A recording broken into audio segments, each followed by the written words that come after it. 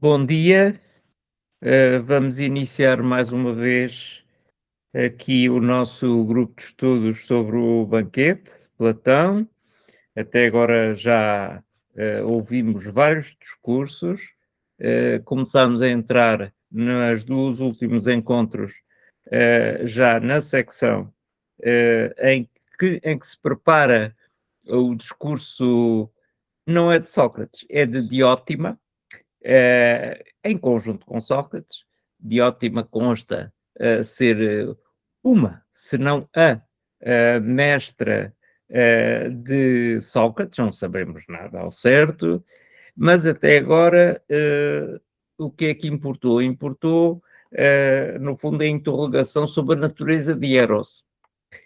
Eh, Geralmente traduz-se Eros por amor, enfim, não é bem. E a que é que nós chegámos à conclusão até agora? Em princípio será uma divindade, não é? Um Deus cuja função é intermediária, é aproximar os homens dos deuses e os deuses dos homens. Incide particularmente sobre o quê? Sobre as emoções, sobre a relação entre os seres humanos, e sobre aquilo que os atrai, sobre aquilo que os repele. Portanto, trata-se de um Deus que permite que as pessoas se deem umas com as outras, de um ponto de vista dos afetos, do ponto de vista das relações que têm entre si. Para os gregos, essas relações são de dois géneros. Uma são sensórias, são carnais, diremos assim, outras não são desse género, são, vamos chamar-lhe simplesmente intelectuais. Se uma depende da outra, sim, aparentemente sim. Para os gregos é disso que se trata. Como é que depende? Isso é um problema. E também varia. Um modo como é respondido. Para quem acompanhou, ou para quem quis ler ou ouvir aquilo que nós fomos discutindo, já se tratou em parte do assunto. Portanto, da última vez, o que é que vimos? Que Eros era um mensageiro entre os homens e os deuses, e os deuses e os homens. Era um daimon, não é? Um daimon. Um espírito, enfim, um gênio que transita entre um aspecto da realidade e outro. Tem naturalmente uma característica muito importante que nós vamos ver hoje, é que Eros, sendo realmente Deus do amor, no entanto, há algo que lhe falta, que é precisamente essa o que não tem é aquilo que ama, não é? Ele ama, mas falta-lhe aquilo que ama. E isso é uma situação paradoxal que também determina grande parte daquilo que é o Eros. É isso que vamos ver hoje, a partir de quê? Da origem do Eros. Quem é ele? Quando como é que nasce? Qual é a mãe? Qual é o pai? O que é que caracteriza cada um deles? E depois vamos ver como é o filho. Porque assim, tal pai, tal mãe, tal filho. E é isso que vamos precisamente ver hoje. Para se situarem, as pessoas que quiserem, estamos na cota Stefanos, estamos agora em 203, vamos iniciar 203B, é aí. De que é que trata? Da origem de Eros. E em princípio, se tudo correr bem, iremos hoje até a 204C. Vamos lá ver. Acho que sim, acho que vamos lá chegar. Depois, a partir daí, a 204D já é uma terceira parte, já não é só o Eros que é intermediário, já não é só aquilo que vamos ver hoje que é a origem de Eros, é a utilidade que Eros tem para o ser humano. E isso já é uma secção muito mais longa, mas ficamos hoje por esta origem do Eros, que se conseguimos perceber qual é, já não é nada mal. Pronto, não sei se queres fazer, Hudson, ou eu, ou quem for, um ponto da situação relativamente àquilo que vimos até agora. dito de outra maneira que não por mim. Ah, não, você lembrou bem, né, Jorge, aquilo que a gente já leu, né, o Sócrates, ele fez depois do discurso do Agaton, né, dizendo lá que o Eros era um deus jovem, que ele tinha horror à velhice, né, que ele fugia da velhice, e até os caminhos deles eram caminhos planos, belos, né, ele gostava de procurar sempre aquelas almas que fossem de bom caráter também, digamos assim, né. Então, depois da explanação do Agaton, aí entrou o Sócrates ali com as ironias dele, né, dizendo que o Eros é aquilo que nos falta, né? Então, aí ele acabou introduzindo também a Diotima de Mantineia, né? Diotima ou Diótima, né? Dizendo que ele aprendeu, né, com ela sobre as questões de Eros, do amor, né? E agora a gente vai falar, né, ela afirmou que, como você disse, o Eros é o intermediário entre os homens e os deuses, né? E agora a gente vai falar sobre quem é o pai e a mãe de Eros, né? Então, ao contrário daquilo que a gente tinha visto lá no início do discurso do Fedro, que ele afirmou que Eros era um deus muito antigo, né? Isso lhe conferia honras, mas ele não tinha pai nem mãe, né? Ele não tinha genitores, digamos assim. Agora aqui a gente já vai ver a perspectiva da Diotima de Mantineia, né? Sobre quem foi os pais de Eros. Então, você começa a ler, eu começo a ler, o Rafael, como é que a gente faz? Você que sabe. É. Quer que eu comece? Onde que eu começo, então? Okay. Eu indaguei. Indaguei, tá bom. Eu me indaguei, mas afinal, quem são o seu pai e sua mãe? Isso é uma história comprida, respondeu. Todavia, vou contá-la. Quando Afrodite nasceu, os deuses reuniram-se num festim, onde, entre vários outros, se encontrava um engenho, filho da sabedoria.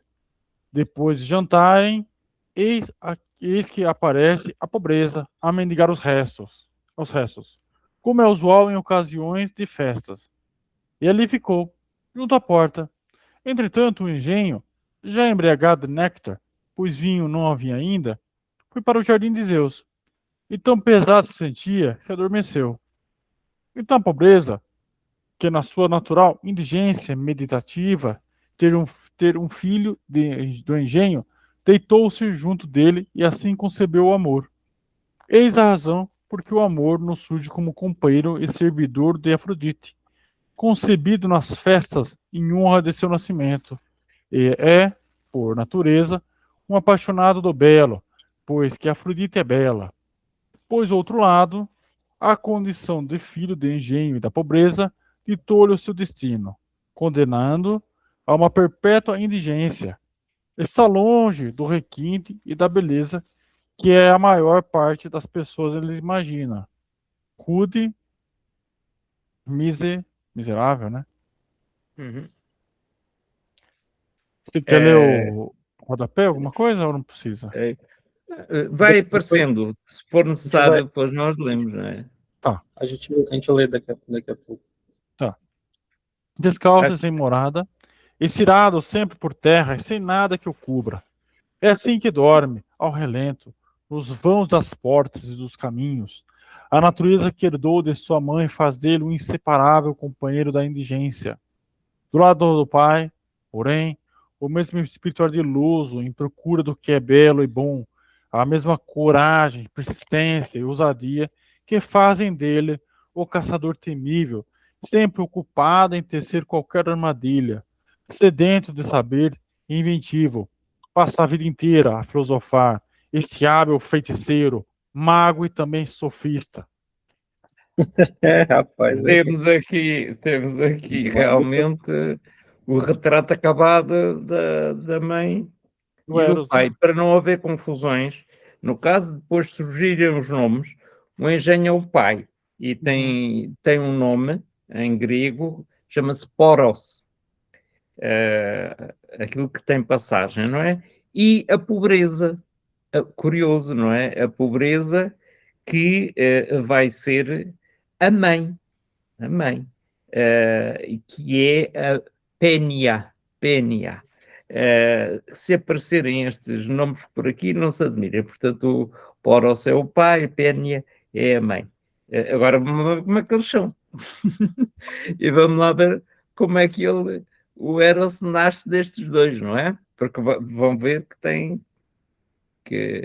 tem grande por onde entrar isto. Pode ser mais uma convidada aí, João. Seja bem-vinda, Sim, é Vanessa, Vanessa. Sim, Vanessa. ao grupo aqui. A gente leu um parágrafo só até agora, agora a gente vai comentar Chega. Agora vamos lá essa ver. Sim. passagem 203b do banquete de Platão. Bom dia, bom dia. Bom dia. É engraçado, qual que é essa tradução para néctar? Ele está já embregado de néctar, pois vinho não havia ainda. Quer dizer que foi uma época pré-vinho, É, né? é a época dos deuses e dos heróis. É Uhum, a época, é a época que é narrada, que é anterior à Odisseia.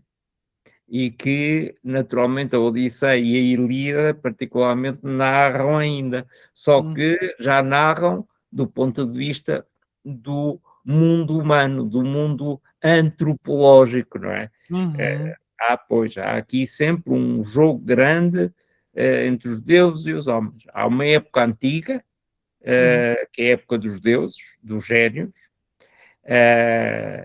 dos heróis, não é? Dos heróis, assim dito, assim dita, e há depois uma época que é a época em que o ser humano surge, em que a filosofia vai surgindo, em que o homem começa a pensar ou a querer pensar por si próprio, e os deuses, a relação entre os deuses e os homens já não é tão boa assim.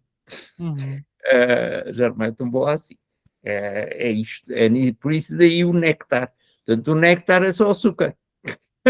É o sumo concentrado dos frutos. Também bebeda, claro. Só que não Interessante. está enfim, Mas pronto. é interessante você falando isso do fruto, Jorge, porque assim, o vinho também, ele vem da uva, né? É claro.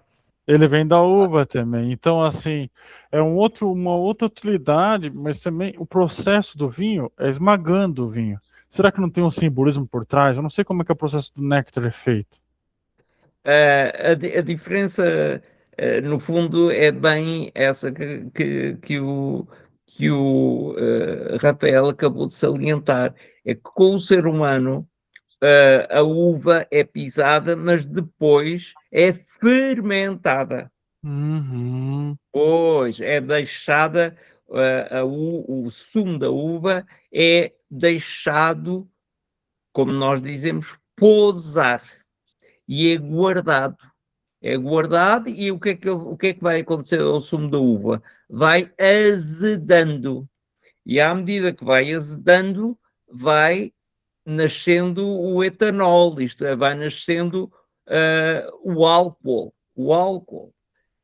E tanto mais tempo ele está em fermentação, pois maior é o grau, não é? Do vinho, uhum, e maiores são as bebedeiras também. Mas isso depende muito do tipo de uva, se é uva preta, como nós dizemos aqui, ou se é uva branca.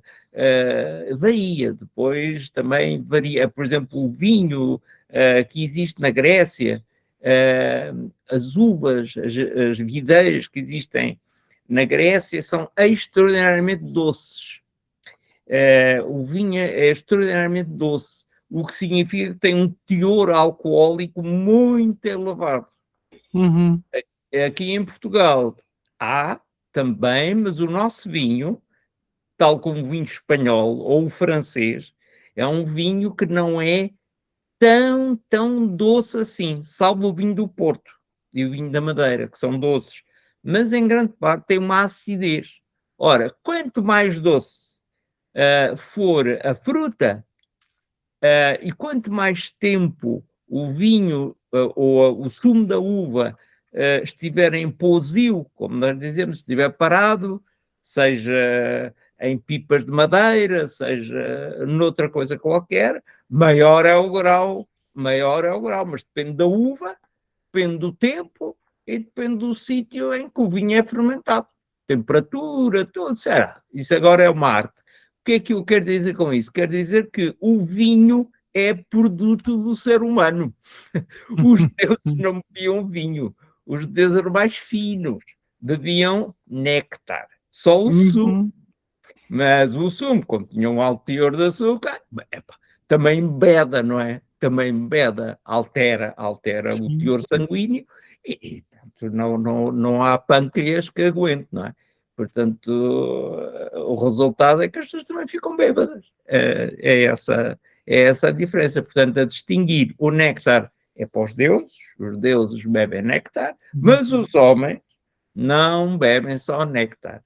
Arranjaram um sistema, são espertinhos, arranjaram um sistema de transformar a uva em vinho. Isto é, deixaram o sumo da fruta estar ali, apurar, e tanto apurou que se transformou em álcool. Pronto, é isto. A diferença é essa.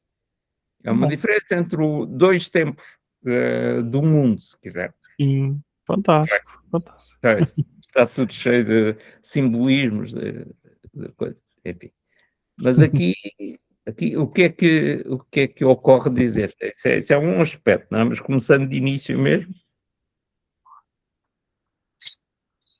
Ele está falando sobre o pai e a mãe de Eros, né? Ele conta uma história, ele diz assim, isso é uma história comprida, né? Todavia vou contar, tá? Tem uma nota de rodapé aqui, né? Essa 97 aí. Sobre as interpretações dadas a este mito, sobretudo por parte dos neoplatônicos, a teoria platônica do amor, é curioso notar que no Fedro se alude a uma origem e natureza do amor diversa da que aqui se apresenta. Conferir Fedro 242b, né? Okay. Aí ele conta essa história aí, né, quando Afrodite nasceu, os deuses reuniram-se num festim onde, entre vários outros, se encontrava o engenho, né? Eu confesso que a palavra engenho aqui, a primeira vez que eu ouvi foi aqui, né? Tem outras traduções O aí se colocam engenho. poros mesmo, né? Poros, né? Poros. Né? Poros, ou O engenho riqueza, né? Riqueza. o engenho é, no fundo, a esperteza. O Riqueza. engenho é a esperteza, é a capacidade muito hábil que o Poros tem para organizar a sua vida de tal modo que ela seja o mais agradável possível. No fundo, é uma pessoa que, e como vamos ver mais adiante, Poros tem muito de uma divindade que consegue ser especialista. Pode ser, por isso é que ele é filósofo, por isso é que ele é um bom ferreiro, por isso é que ele é, isto é um especialista. O Poros é uma pessoa hábil, é uma pessoa hábil. Já a mãe não parece ser o caso. Não é um engenho. Como é que a mãe se chama? Chama-se a Pénia, mas o que é que ela é? Como é que ela é chamada, no fundo? Já não é engenho, é pobreza, não é? Riqueza. A mãe é pobreza. Pobreza. Agora, como é que isso se relaciona? Sei que interessa ver esta coisa, não é? Mas reparem que o engenho é filho de Sofia, é filho da sabedoria. Portanto, é uma pessoa que pensa bem, é esperto e sabe arranjar os seus ardis. A pobreza não é bem o caso. Vamos ver como é que isso se relaciona, porque é muito engraçado. Depois de jantarem, eis que aparece a pobreza a mendigar os restos, como é usual em ocasião de festa, e ali ficou junto à porta. Entretanto, o engenho, já embriagado de néctar, Foi para o jardim de Zeus, e tão pesado se sentia, que adormeceu. Então a pobreza, que na sua natural indigência meditava ter um filho do engenho, deitou-se junto dele e assim concebeu o amor. Se fosse nos dias de hoje, né, eu acho que isso dá cadeia, né? Aproveitar dos É outros, né? capaz, é capaz, é capaz. Não sei bem. Só que Depende, nesse depende. caso foi a pobreza, que aproveitou do cara, né? Pois, É, há aqui várias coisas, porque se nós pensarmos bem, o que é que acontece com estes dois personagens? Por enquanto, porque vai acontecer muito mais. O que é que acontece? Qual deles é que está mais próximo do ser humano? É a mãe, não é? Que é pobre. Vai mendigar. E repare-se bem, vai para o pé da porta e fica à porta à espera. E ainda há um aspecto que não vale a pena estar aqui a desenvolver, é que ela fica à porta e está perto. Portanto, ela não está assim tão longe dos deuses. Mas fica ali à porta. Porque é mendiga, não é? O outro está lá dentro. O Poros esteve lá dentro, no contacto com os deuses, e agora está completamente bêbado e foi lá para o jardim para curtir a sua bebedeira e dormir. Pronto, é esta brincadeira. Agora existe aqui o jogo, não é? Que é o que tu disseste. E não sei quem é que quer falar sobre isso, não é? Porque. E eu acho interessante que daí surge o amor, né? Mas esse amor seria Isso. filia? Ou ele seria Pois, filia? pois é, pois é. Surge o amor, surge este Eros, mas parece que este Eros não nasce de nenhuma paixão, não é? Então, Não.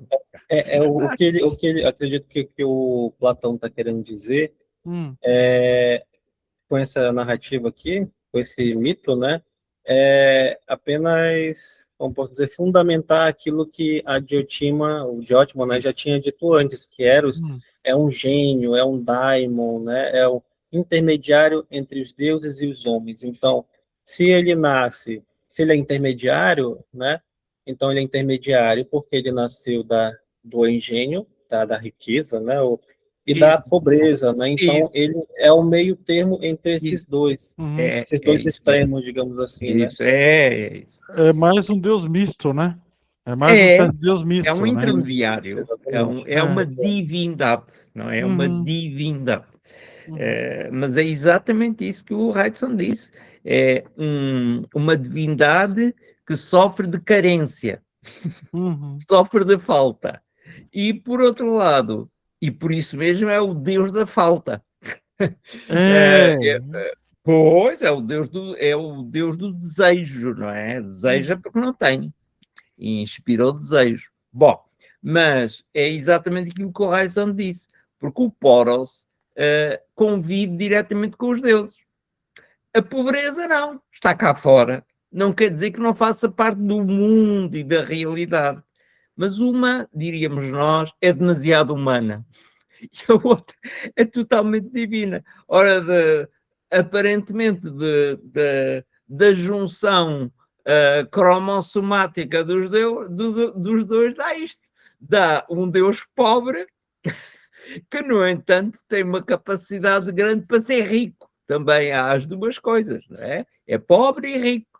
Falta-lhe aquilo que quer e tem aquilo que não quer. E tem aquilo que não é capaz de ter, não é? Que é o ser rico inteiramente. É uma coisa e outra, não é?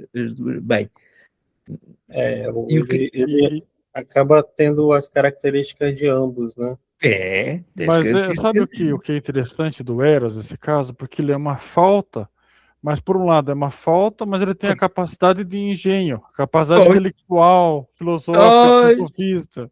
É pois, uma falta que ele consegue de algum jeito também isso, suprir, de algum jeito é também. Ele isso, dá um é jeito de isso. suprir, É né? isso mesmo.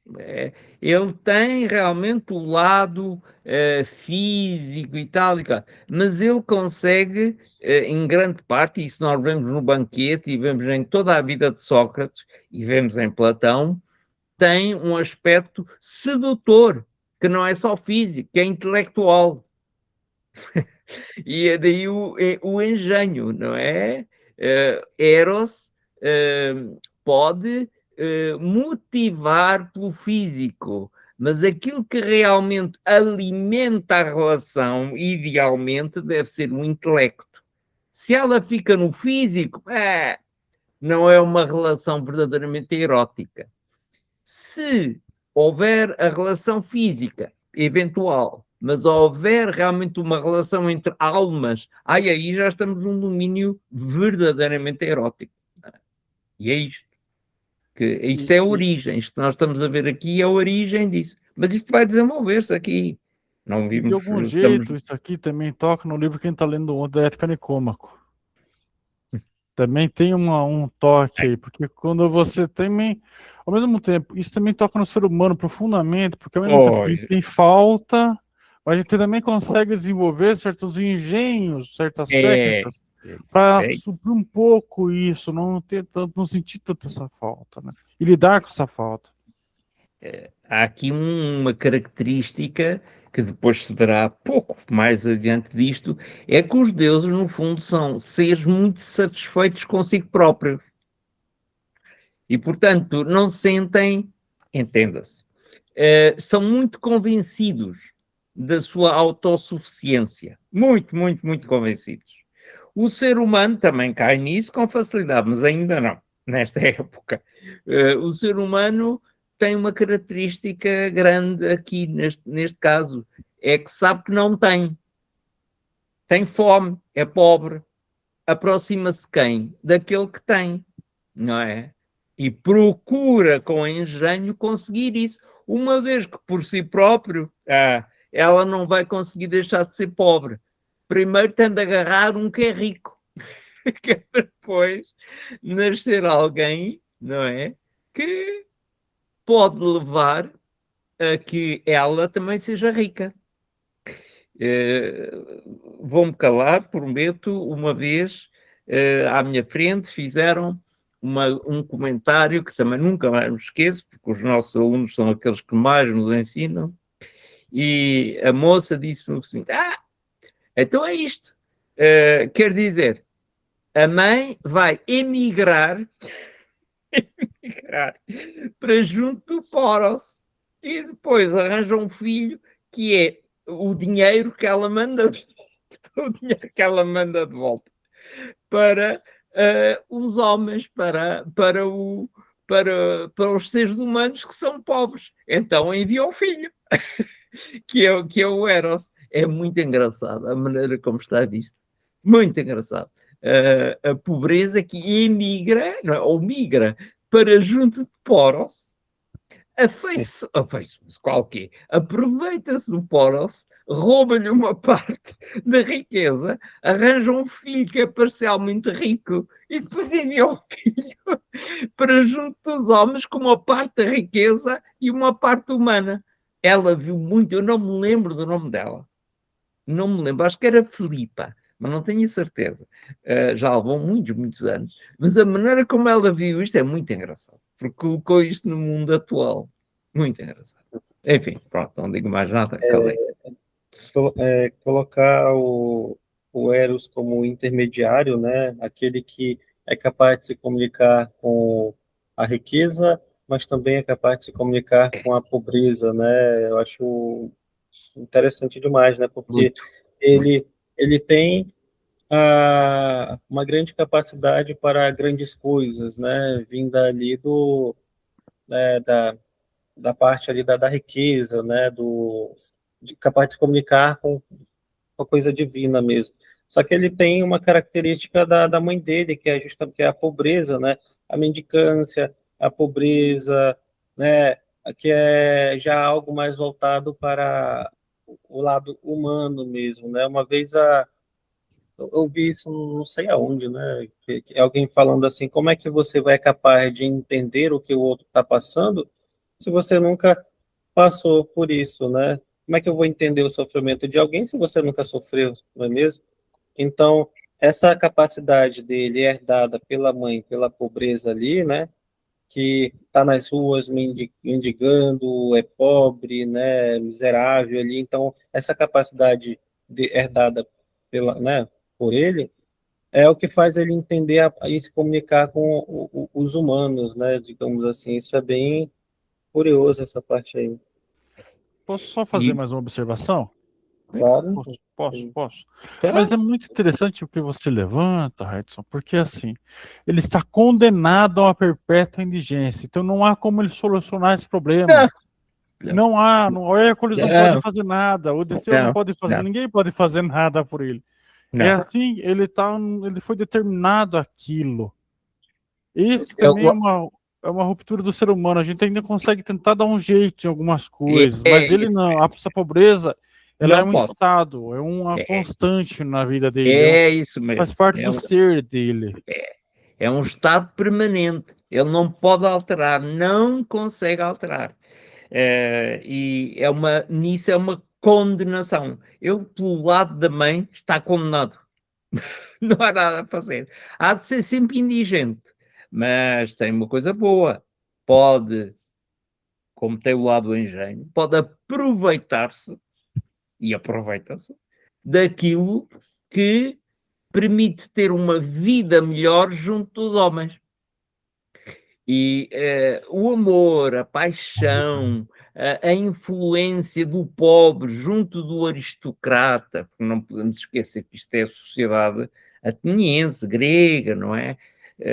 Esta capacidade que o Eros tem de estar, de relacionar os pobres com os ricos com os pobres, este jogo é um jogo muito curioso, mas é como o Rafael diz, ele está absolutamente condenado a viver sem sapatos, a não ter uma casa onde ficar, não digo que anda a pedir de comer com uma mãe, isso não. Porquê?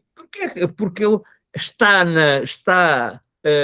no interior, vamos dizer assim, das pessoas, influencia essa capacidade daimónica que ele tem, através do afeto e da mente do ser humano, consegue introduzir-se no ser humano.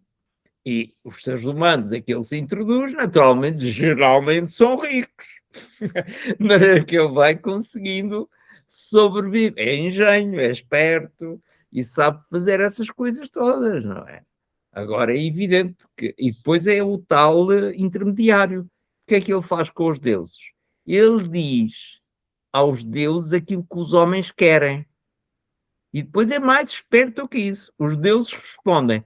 E ele interpreta aquilo que os deuses respondem.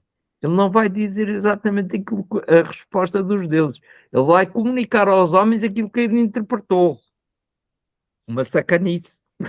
Uma vez que ele pode mentir. Não é? Pronto. Senão, ainda estamos aqui. Não saímos daqui. Ele, aí continuando ali, né? Eis a razão porque o amor nos surge como companheiro e servidor de Afrodite, Ora, concebido nas festas em honra do seu nascimento, é, por natureza, um apaixonado do belo, pois ora. que Afrodite é bela, né? Então, daí vem essa relação de Eros com a beleza, né? Porque ele foi concebido ali, né, no dia do nascimento de Afrodite, né? Então, como Afrodite é bela, então ele é naturalmente um apaixonado, né, pela beleza. É um companheiro e servidor de Afrodite, né? É, aí está. Por isso é que Interessante, se né? diz que é o Deus do amor, não é? Como ela é bela, e vem a beleza, não é? Vem aqui a beleza com toda, começa a aparecer esta, este ser, esta ideia, não é? Pronto. Do belo e depois do bem, não é? Os dois aspectos. No fundo, a Afrodite é uma espécie de madrinha. Não é pai nem mãe. É a madrinha. É a madrinha. É engraçado. E é engraçado, fica mais interessante ainda porque ela não é casada com o Vulcano. Não? Não é ela que é casada. Quem que é casada com o Vulcano? Está a falar da Afrodite. É.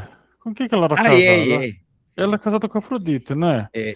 Que é o Vulcano, que seria um. Né? Deixa eu ver. Vulcano, sim, Vulcano, É, sim. você tá entendendo onde eu tô querendo? Traduzir dessa maneira, sim. Sim. Deixa eu só ver aqui, porque ele tem outro nome, com Hefesto, que É é o deus do festa. fogo dos ferreiros, É, que de certo modo também é um engenho, faz um claro. engenho. É. É festa, não, é festa é mesmo um Deus. É festa é um Deus. Sim, Agora, é um Deus. Agora, cá está, vem daí, em grande parte, as tais capacidades também engenhosas do Poros, não é? É uma pessoa, é um ser muito engraçado, este senhor. O que é que já se viu mais aqui? Hudson, tu gostas de nadar para a frente e de não ficar a empastar, como nós dizemos.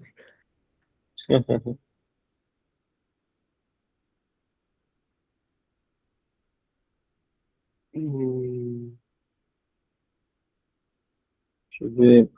Condenado a uma perpétua indigência, está longe do requinte da beleza que a maior parte das pessoas nele imagina, né? Essa nota de rodapé aí. Em oposição à imagem tradicional de Eros, que Agaton elogiara, Diotima distingue neste retrato inteiramente diverso os aspectos característicos da personalidade e do modo de viver de Sócrates. A caricatura que Aristófanes nos deixa nas nuvens, e a narrativa de Alcibiades, confirma muitos desses aspectos que os cínicos, aliás, posteriormente adotaram. Aí Ou vem seja,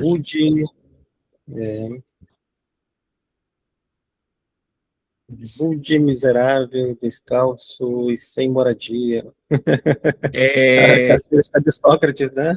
sem casa, exato, sem casa. Estirado sempre por terra e sem nada que o Isso. cubra.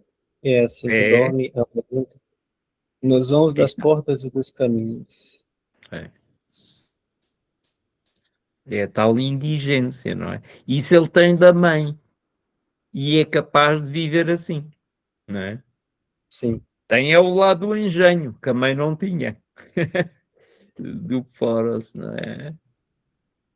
Como nós dizemos aqui, não sei se existe aí, desenrasca-se sempre. Desenrasca-se sempre. Porquê? Porque tem esse engenho, não é? Daí a tradução, que é correta. É. Aí vem a parte que ele herdou do pai ali, né? O É, mesmo espírito ardiloso em procura do que é belo e bom.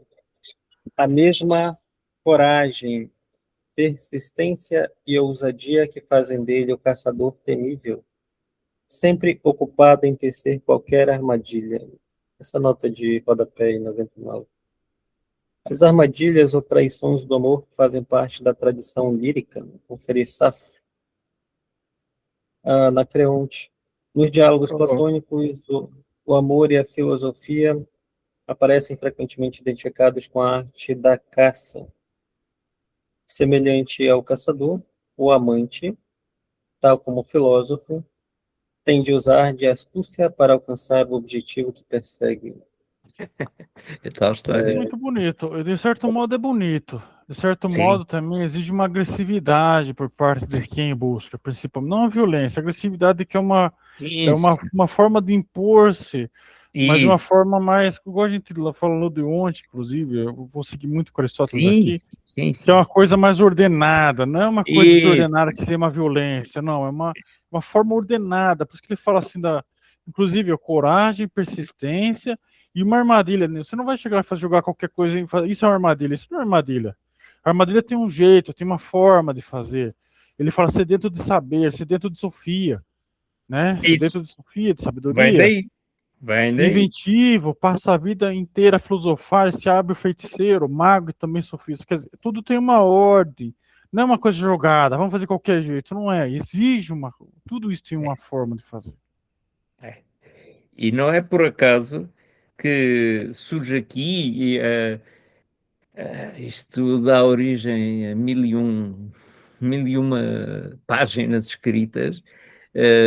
Vejam aqui quanto Platão está a conotar a filosofia com esta esperteza, não é? Esta argúcia, esta capacidade para ver, mas tem um senão, é que também lá está a sofística. Há estratégias, não é? Era isso que o Rafael queria dizer. O Poros tem estratégias, arranja maneiras bem estudadas, graduais, pouco a pouco, de sedução, de criar dependências.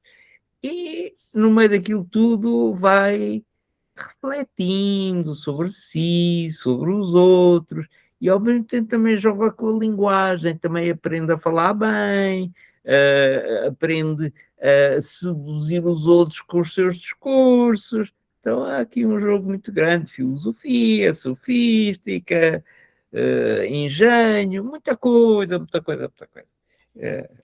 O Hudson, você pode, por gentileza, ver essa nota 100, feiticeiro? Claro. Sim. Obrigado. O que quer dizer? A expressão hábil feiticeiro evoca com alguma ironia essa espécie de poder mágico que, de boa ou má vontade, os interlocutores de Sócrates lhe reconheciam. Sim. Claro. No Mênon, esse poder é comparado ao choque elétrico produzido pela raia, né? É raia. Interessante, interessante. Hábil feiticeiro. Lembras-te da raia, Radisson, quando lemos o Menon, a raia, ele é Não, comparado com uma raia. não lembro. Não te lembras? Pois, Ah, sim, sim, sim, sim, sim, sim. pois, a raia. Você falou. A raia que se mete por tudo o que é lado, aquele bicho largo que anda e se mete por todo lado e depois pica. Uhum. Pica e deixa, quem pica deixa entorpecido. A pessoa fica. E assim é o Sócrates, né? É comparado a isso. É o que está. Enfim, muita coisa. Não podemos estar. Epá, é impossível estar aqui com isso. Pá. Tínhamos de ir ao Carmen e não, não dá, não dá. Não dá. É, sedento de saber e inventivo, passa a vida inteira a filosofar. Este hábil feiticeiro, mago e também sofista. Sofista. Pois. Mago e sofista, bem como é que está associado. Então, Mago sofista. repara bem como está, passa a vida a filosofar. Este hábil feiticeiro. Há uma relação próxima entre a feitiçaria e a filosofia. E há uma proximidade que não é ocasional, sobretudo no texto grego, entre o sofista e a capacidade para transformar.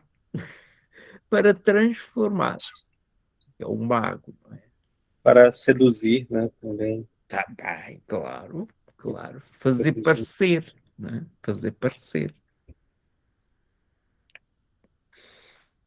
Bem, Bora continuar a leitura? vamos. Quer que eu continue? Espera, vamos Eu dividir, vou, eu senão. vou. Eu tô aqui e vou, hein? Vim pra causar, vim pra causar. Bora lá. Deste modo, não é por natureza mortal nem imortal. No mesmo dia, tanto floresce e vive, segundo está senhor dos seus recursos, como morre para voltar à vida, graças à natureza de seu pai. Porém, os seus achados escapam-lhe continuamente das mãos, de tal sorte que nunca se encontra na indigência nem na riqueza. Antes, no meu termo, que é de igual modo entre sabedoria e ignorância. A verdade é essa: nenhum Deus ama o saber ou deseja ser sábio, pois que já o é. Nem qualquer outro que possua o saber se dedica à filosofia. Do mesmo modo que não são também os ignorantes que a ela se dedicam ou que aspiram a ser sábios. A ignorância acarreta efetivamente consigo este peso. É que os que julgam possuir insuficiência, beleza, bondade, inteligência, nada disso possuem. E quem se não crê, destituído, não aspira, consequentemente, a um bem de cuja falta se não a percebe. Continuo? Aí está. Vá. Siga, siga. Vamos, Espera aí. Diotinho. Não. Espera. Não. Ficamos por aqui, senão, deste modo, sim, é melhor ir parágrafo a parágrafo, senão escapa-nos. Uhum. Manda ver. E agora? Vai lá. Começa. Vanessa, vai. Ele está dizendo que não é por ser. Tá tudo bem que ele é intermediário entre os homens e os deuses, mas não é por ser mortal ou imortal, Pois. mortal ou imortal, né? Que, que vai determinar, né? O destino dele, ou vai caracterizar ele, né? Como ele diz, no mesmo dia, tanto floresce e vive, segundo está senhor dos seus recursos, como morre para voltar à vida, graças à natureza de seu pai, né?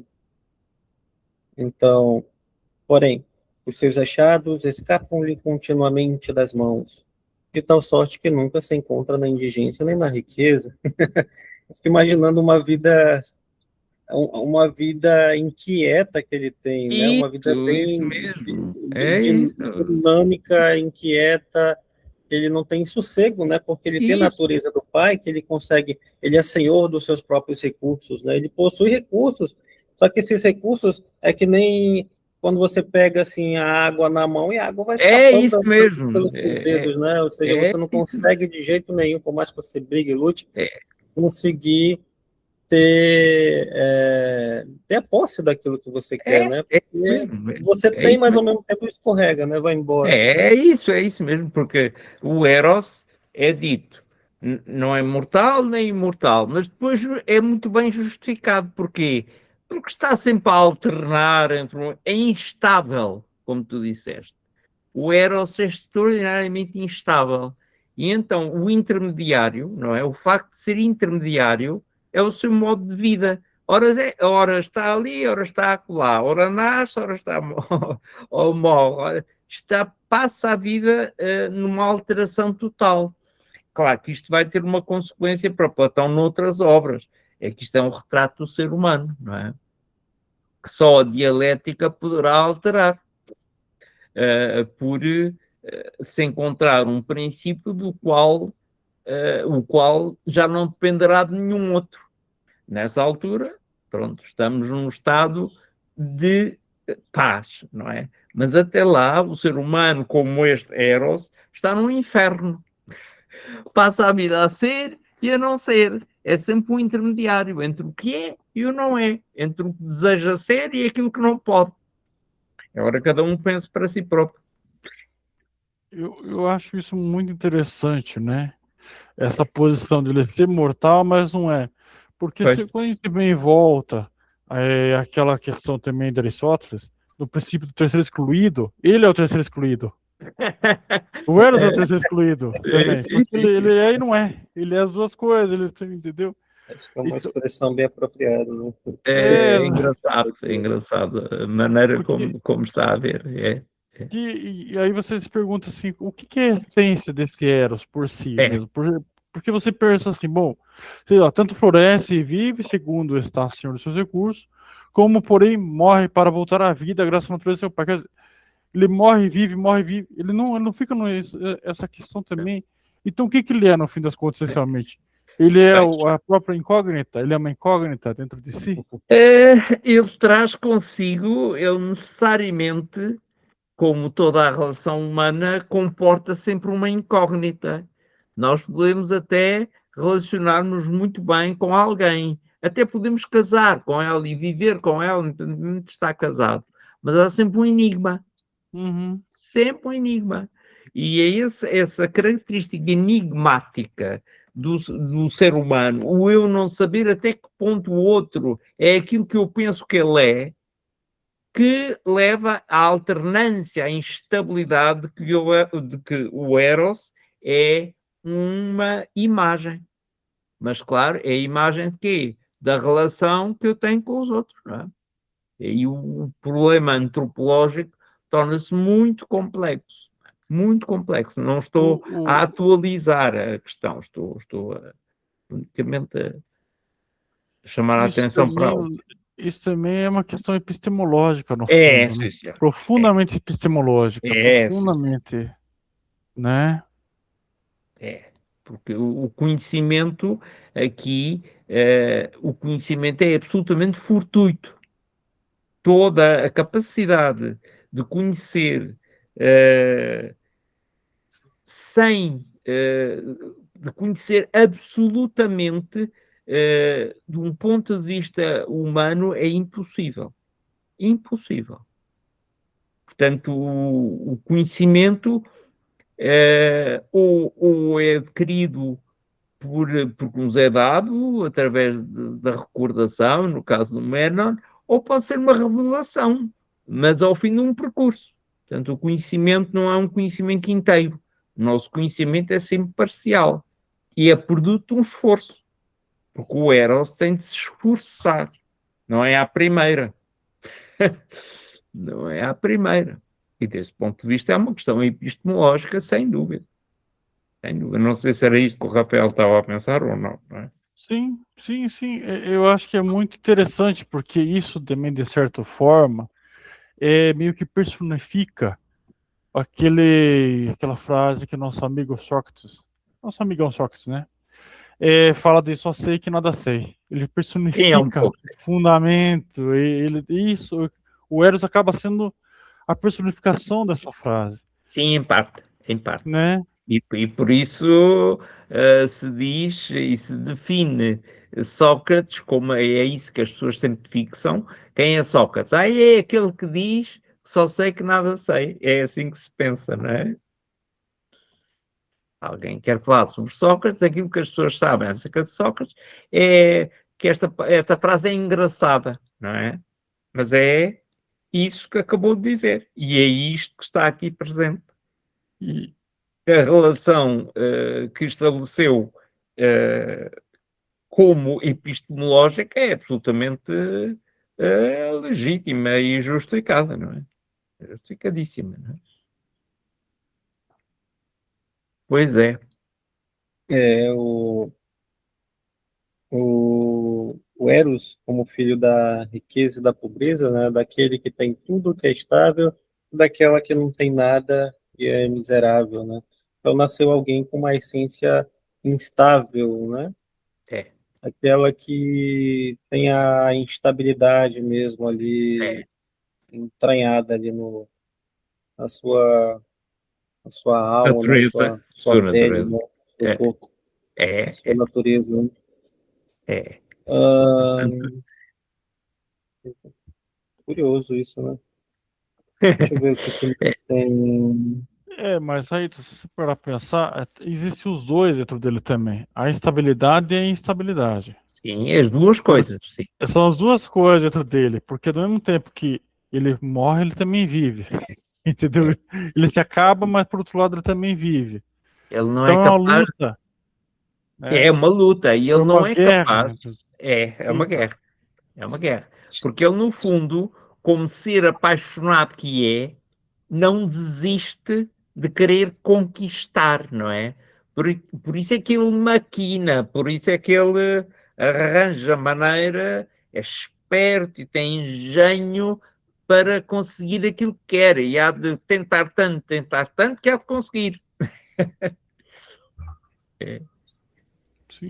isso acontece, de facto. Eu Acontece. acredito que a palavra instável, ela acho que ela caracteriza bem ele, porque o que que é instável, né? É que nem a luz, a energia elétrica.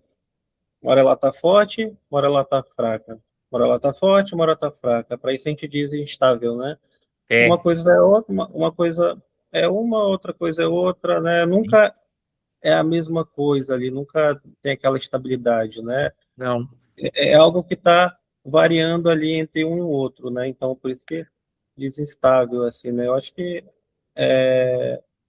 caracteriza bem ali Sim. o Eros, né? Uhum. O que que mais? Ele diz ali, né? O Eros é aquele que está ali entre a sabedoria e a ignorância, né? A verdade é esta. Hum, nenhum Deus ama o saber ou deseja ser sábio, pois que já o é. Pois. Nem qualquer outro que possua o sábio se dedica à filosofia. Oh. A gente ainda não leu essa nota aí, não, né? 61? Deixa eu ver. Diotima parece admitir a possibilidade de algum homem chegar efetivamente a ser sábio, Sófocles. Mas, tal como tornar-se imortal, esse estado deve considerar-se como o termo de uma procura e de um desejo, Eros, em que o filósofo se empenhou. E uma vez eu cheguei a dizer que, né, na sala de aula, com o professor, ele não era de filosofia antiga, embora ele tenha bastante conhecimento sobre o assunto. Eu falei que o sábio, ele não era aquele que detinha. Não, eu falei que o filósofo não era aquele que detinha o conhecimento, mas sim aquele que busca, né, ao contrário do sábio, que é aquele que detém o conhecimento para si, né, para si, para os outros, enfim. Aí ele disse assim, mas, Edson, essa maneira de ver aí, né, mudou, né, querendo dizer que não é assim que a gente vê atualmente, né, o sábio. Aí eu esqueci de perguntar para ele, não, mas se não é assim, então como é que é então agora, né? Porque para mim não mudou muita coisa, não. Sábio é aquele que detém o conhecimento, né? Por isso que ele é sábio. Ou será?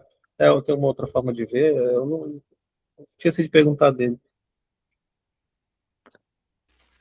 Mas o que é É, que tu respondes? Desculpe, não, pode falar, desculpe. pode falar, pode falar. Não, não, Rafael, O, não. o que que a gente entende como saber, sábio? Aquele que detém, é isso, Edson? Eu penso que sim, né? Aquele que detém, que possui o conhecimento, né? O que é Aí qual deter o conhecimento? foi? O que que é saber? O que é deter o conhecimento? Deter o conhecimento é quando a pessoa ela tem o conhecimento, né? Hum, Ou por experiência, né? Porque muita gente diz que o mais velho, ele é sábio, né? Porque ele já viveu bastante, teve muitas experiências e ganhou a sabedoria. Ele filtrou toda aquela experiência que ele teve, aquelas informações, todo aquele conhecimento que ele teve durante toda a vida e, e ganhou uma certa sabedoria, né? Quando o jovem passa por alguma coisa, ele já pensa, opa, já passei por isso, né? Já passei por isso, então eu tenho como é, ensinar, como educar, né? O, esse jovem que está começando na sua vida, né? Para que ele não tenha os mesmos percalços, cometa os mesmos erros que eu cometi, né? Então, o cara ele detém um determinado conhecimento ali, né? Ao contrário do filósofo, o filósofo ele não é sábio, ele está sempre buscando a sabedoria, né? Ele é amante do saber, né? Ele não é detentor. É por isso que o filósofo, né? Ele está sempre lendo, se informando, pesquisando, né? Comparando traduções, né? Procurando se informar sempre mais, porque ele não tem a sabedoria, ele está buscando, né? mas ele Buscando. busca como? Por experiência ou por livros? Ou ambos? Olha, acho que a experiência é consequência, né? É consequência da busca dele, né? Porque, por exemplo, hoje eu não tenho experiência, então eu não tenho conhecimento, né? Sim, então eu vou buscar, né? Eu vou procurar ler aqui o livro, a obra do Homero, né? A Uhum. Ilíada, não tenho experiência nenhuma com a Ilíada, mas com o passar do tempo, lendo página por página, né? Gastando horas aqui, eu vou ganhar além do conhecimento, de um determinado saber, eu vou ganhar experiência. Então, quando alguém for me perguntar, poxa, lá na passagem, no fragmento tal da Ilíada, eu percebi que o Agamenon, que é o Agamenon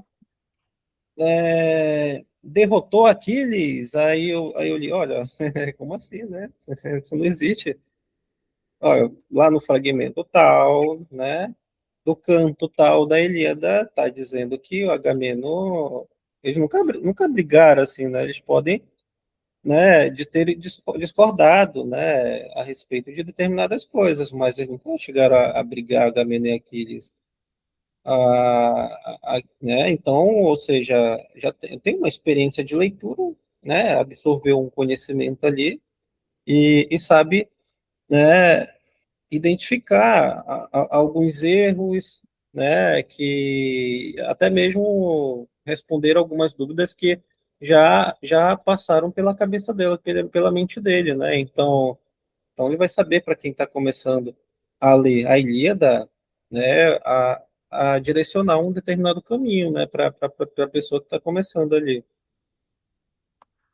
É, eu estive a ouvir os dois e estive a pensar também. Quando eu ouvi o Rafael, eu pensei imediatamente, bem, o Rafael está a pensar o seguinte: então, mas o conhecimento de quê? É ter a posse de alguma coisa? Foi isso que eu ouvi na maneira como ele perguntou. Então, mas que raio é coisa? É uma coisa que se tem, que se compra, que se possui, é algo que se possui. Qualquer coisa que eu não sei se ele acredita lá muito que seja. A impressão que eu tenho é que ele não acredita muito nisso. Agora, que seja algo que se possui. Tu, Hudson, no fundo, até achas parcialmente que sim, mas salientas uma coisa que é muito importante, é que é preciso, o sábio é aquele que está a caminho, é aquele que se encaminha, mais do que aquele que possui. E talvez isto já fosse mais de acordo com aquilo que o Rafael eventualmente estivesse a pensar. Porque a sabedoria, para Platão, para Aristóteles, para os antigos, não é tanto algo que se tem e se mete na gaveta, entenda-se. Não é uma coisa, não é uma matéria. É um movimento, é uma dinâmica, é o procurar, o estar a caminho de mais do que propriamente o adquirir, não é? Pode adquirir sabedoria, mas essa aquisição, para eles, não é uma aquisição tão só. É algo que se alcança. É algo que se alcança. Uma vez que se alcança, não está dito que se fica a possuir. Não. É algo que se possui, sim, como a capacidade, quer dizer, nós realmente podemos ser sábios na capacidade que temos para conhecer e saber de outro modo aquilo que as coisas são. Mas é um caminho. Nunca ficamos a saber realmente aquilo que as coisas são. De tal modo é assim que Platão acaba por afirmar em vários sítios que sabedoria é uma contemplação, não é uma posse, é um ver. E esse ver é um estar perante algo que não se possui. Desse ponto de vista, a Sofia é uma capacidade de intelecção, não é? Mas não é. A intelecção não significa possuir aquilo que se está a inteligir. É sempre um estar entre também, não é? Realmente existe um aperfeiçoamento muito grande, que em Platão é dialético, até alcançar um princípio que de facto é anipotético, que já não tem outra hipótese a não ser ele próprio. Mas não é a posse disso, é a capacidade que nós alcançamos, que conseguimos e fomos alcançando, de contemplar isto. Significa o quê? Estar face a isso, mas não de ter isso. Porque isso significa sermos divinos. Coisa que em Aristóteles vai ser mais complicada, não é? Na metafísica e entra depois em dificuldades. Desculpem que aqui. Não, eu acho que deu um insight agora em mim aqui, Jorge, o que você estava Sim, falando. a sabedoria talvez seja um refinamento para o do caminho.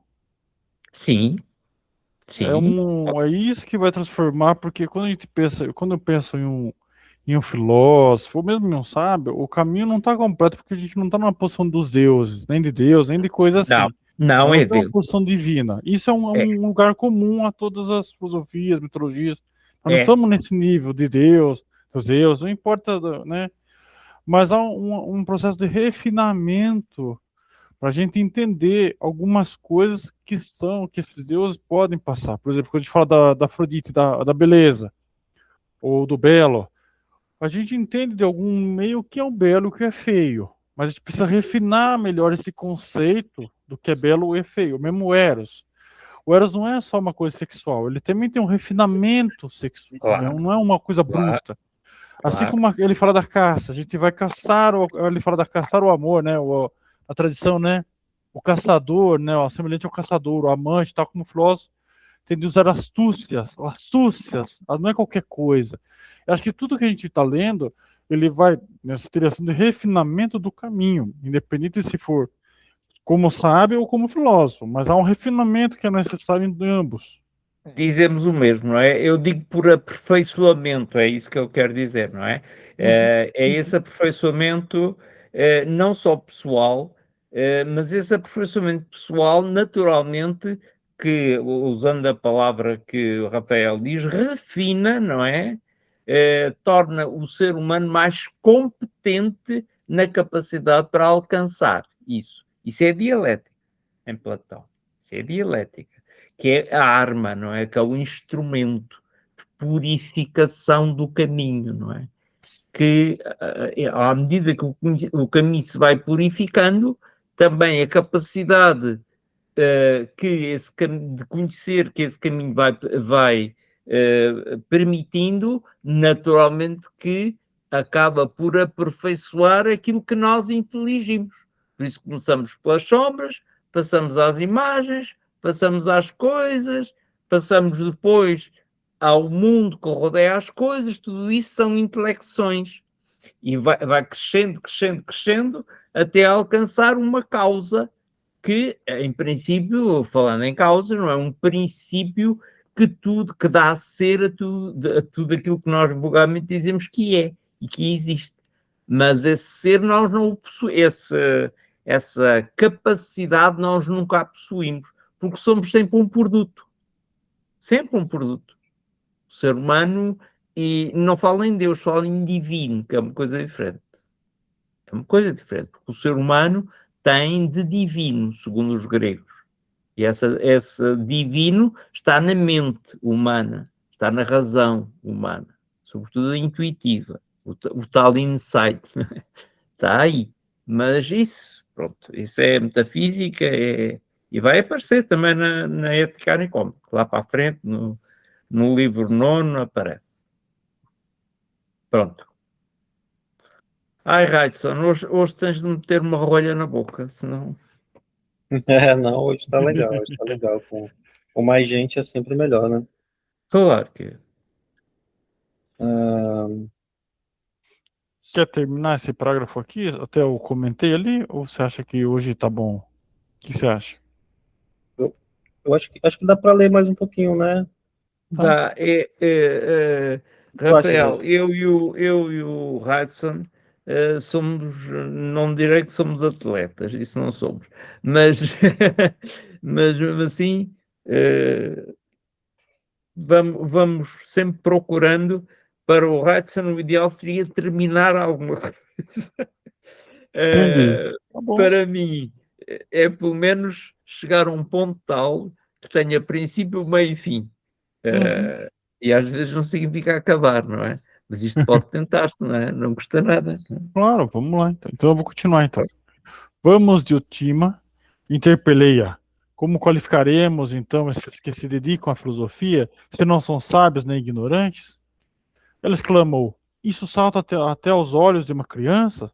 São intermediário entre ambos os extremos, como indubitavelmente sucede com o amor? Pois se a sabedoria se conta entre as mais belas coisas, e se o amor é o amor do belo, forçosamente terá de ser o filósofo e subir aí. Como filósofo, situam-se no meio termo entre sábio e ignorante. Ora, causa de tais características reside justamente na sua origem. De uma parte, um pai sábio e engenhoso, e de outra, uma mãe desprovida de sabedoria e de recurso. E aí tens, pois, a natureza desse gênio. Quantas as ideias que tu fazia do amor, não é assim coisa tão extraordinária? Tanto quanto posso avaliar das indicações que me deste, o que tu vias no amor era o objeto amado e não o amante. Por isso mesmo, se não estou em erro, ela encarnava aos teus olhos a suprema forma de beleza, exatamente porque ao modo compete ser belo, delicado, perfeito e feliz em sumo grau. Porém, o amante, propriamente dito, tem uma natureza diversa, tal como te expus. É, aqui é realmente conclusivo, mas tem muita coisinha por aqui fora. Sobretudo porque caracteriza muito bem a filosofia, não é? E relaciona a filosofia com o amor, não é? Com a filia, não é? Com o desejo, etc. Bem, agora não sei para onde é que se há de começar. Eu posso já começar? Já posso? Já? Tô Claro. empolgado, hein, Radisson? Tô empolgado, hein, Jorge? Tô Opa, empolgado. maravilha. Tá? Eu acho legal porque ele fala assim, o amor do belo. Amor e amor do belo. Não é qualquer amor que serve também. Há um amor belo, né?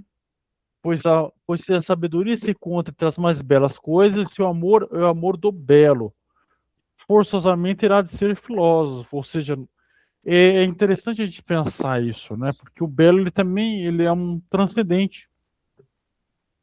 Ele também, o belo é o que é belo naquela época, é um belo hoje em dia.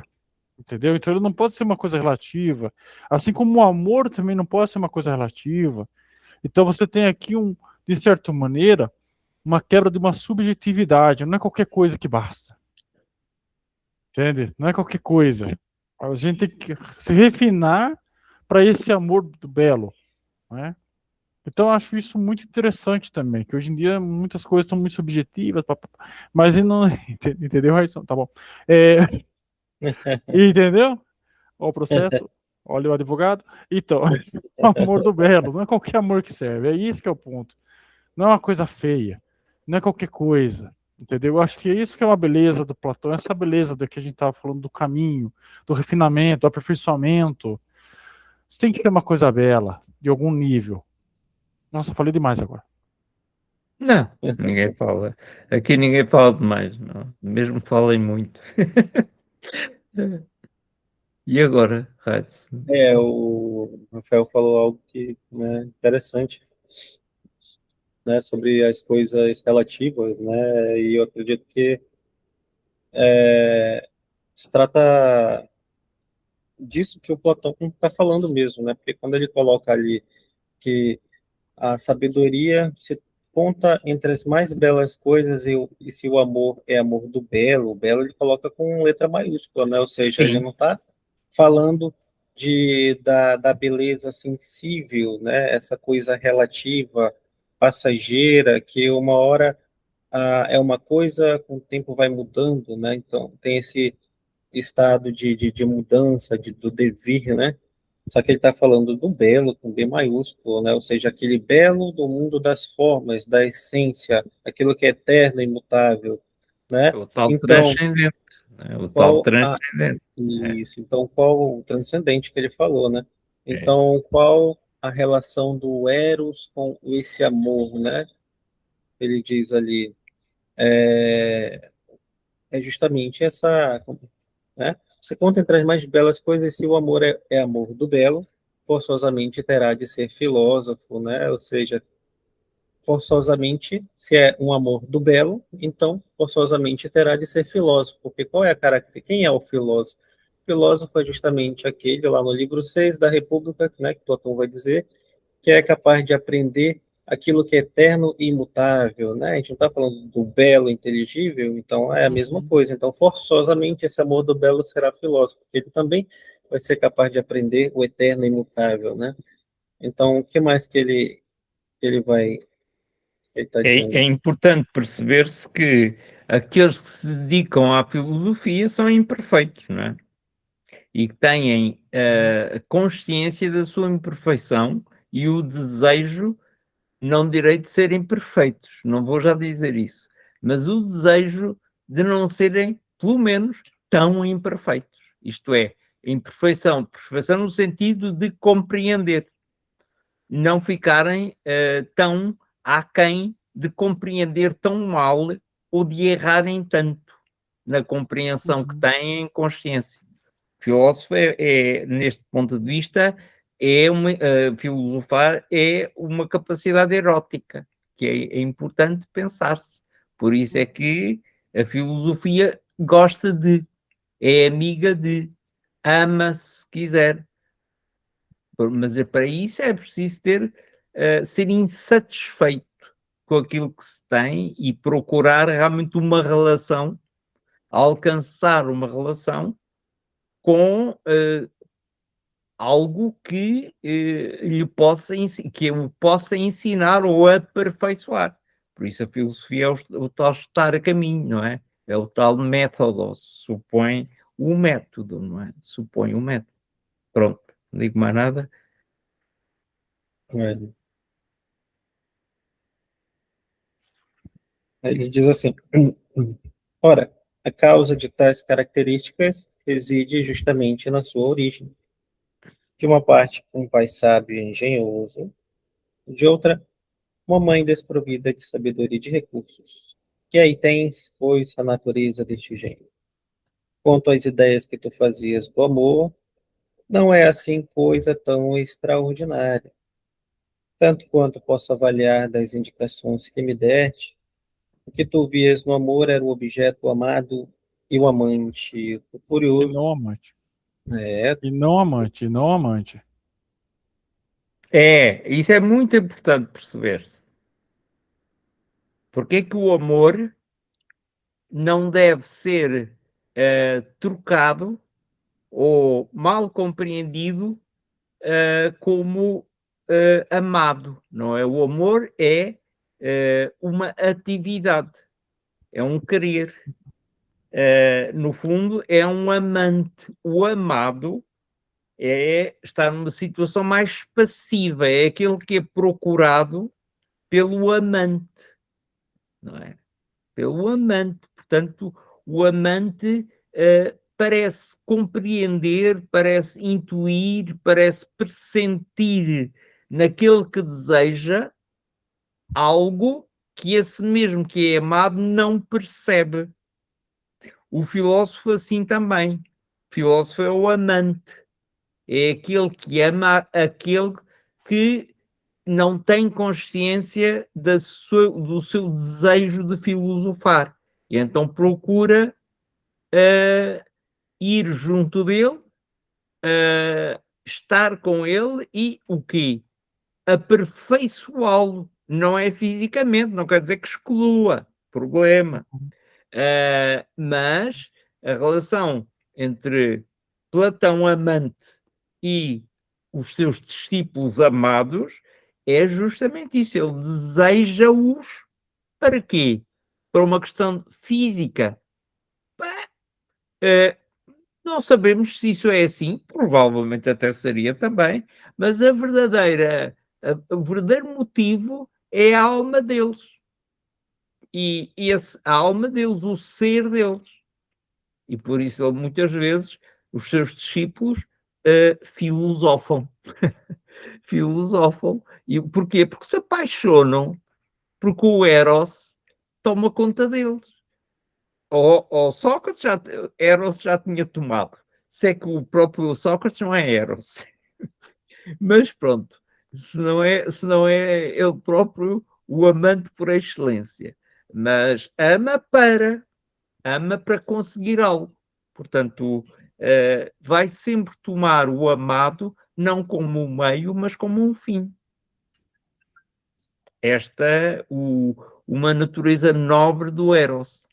O Eros não usa o outro para bem exclusivamente próprio. Não. Usa-o Usa, no sentido próprio, usa, mas para bem daquele que é amado. Assim o filósofo, não é? Assim o filósofo. Claro, isto é bom de dizer, não é? O modo como nós somos intermediários e como facilmente descambamos em amantes sensoriais ou físicos e entre amantes da pessoa, da alma da pessoa, do ser da pessoa, é imenso. E aí o Eros é grandemente responsável, juntamente com a nossa mente, não é? Com a nossa capacidade mental, com a nossa vontade, etc. Algo que Platão trata muito bem, o Lísias trata isso muito bem, com respeito à amizade. Enfim. Bom, pessoal, eu vou ter que sair, tá, pessoal? Muito obrigado aí. E o Né? Rafael, Agradece aí, né? espero que não vá para o frango, porque o Hudson vai para o frango e eu vou para o chá. É as duas coisas. Um abraço, pessoal. Tá, Bom domingo para vocês. Até Abraço, mais. obrigadão, tá, Rafael. Valeu, até a próxima. Valeu, até mais. obrigado. Funciona muito bem, não é? Sim. Funciona muito. O Rafael, qual é a formação do Rafael? Rafael é professor de educação física. Uhum. Vê-te bem, como ele já tinha dito, ou tu já tinhas dito. Imagina, mas é um homem já com alguma idade, ou não? Ele é novo ainda. É novo. Ele é o administrador do grupo de psicanálise, né? Que ele é psicanalista, Uhum. e do grupo de representatividade, Sim, representologia, se não me sim, engano. sim, sim, sim, sim. Mas ele está já há um tempo aí, já com um grupo de Genefil aí, né? Ajudando o grupo e discutindo, né? Essas questões filosóficas aí já há um tempo já. É, Ele vê bem as coisas. ele É, contribui é, muito com o grupo. é uma pessoa sensível. Não quer dizer que seja propriamente um analítico. Não é do tipo chato como eu. Não, não, não é, não é. Mas é sensível ao fundamental das coisas, né? Sim, sim, Isso sim. é. Isso é muito importante. Ah, e a gente para por aqui, Jorge? Como é que é? Sim, o frango. Sim, sim. Não, não. Sim. Não, não vale a Eu pena tava estar em etapa, porque agora veio a utilidade, não é? E a utilidade é utilidade. muito extensa, né? Tem mais uma secçãozinha que se pode fazer em 207, outra em 210, mas é um todo. Isto agora é um todo, também outra aqui em 212, né? Isto agora é passo a passo, porque agora é um percurso, é um caminho. E o que nós vamos assistir aqui é uma progressão dialética. Este é o primeiro momento da progressão dialética. Olha, eu naquelas sínteses que fui fazendo, eu desta vez, porque tu falas tanto no Fedro e porque gostas tanto dele e porque o estudaste, eu peguei na obra, que agora está ali em cima, e estive a ver aquilo que me lembrava, em que em que em que se podia confrontar a síntese que eu tinha feito com base nas citações que escolho, não é? Do banquete, o ponto em que se pode relacionar mais ou menos diretamente com o Fedro. Isso pode servir como um ponto, não sei já até que ponto, claro que o que tu queres estudar a seguir de outra maneira é o Fedro, isso é evidente, é o Fedro. Para ti é o Fedro porque é aquilo que te entusiasma. E talvez tenhas razão, não é? Talvez tenhas razão, ver o Fedro já a seguir e o Fedor no fim. Pronto, não sei. Mas Acho que seria tu, mais adequado, né? não é, pois, tu achas mais. E para ti tem mais sentido. Eu também não estou aqui para mim, tanto também não estou exclusivamente para ti, estou para quem for, mas pronto, eu já sei como é que é, não é? Mas percebo bem que agora o sentido que isso tem para os outros, para mim, é mais importante do que para mim. Por isso, não, o Fedro pode ser feito a seguir, porque acabando com o Alcibiades, pega-se imediatamente no Fedro, na pessoa do Fedro. Passa de Alcibiades para Fedro. Alcibiades, Sócrates, vai para o ginásio e encontra lá o Fedro. E o Fedro foi perfeitamente, sem dificuldade nenhuma. Uhum.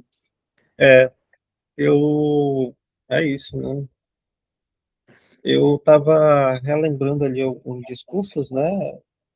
Eu pude, do Fedro, do Pausanias, pude analisar melhor, assim, me aprofundar um pouco mais, né? E essa relação do amado, do amante ali é muito interessante ali no É, discurso do Fedro, eu vou né? enviar-te, eu já tenho, da primeira, olha, eu dividi, fiz o seguinte, dividi, abri um ficheiro.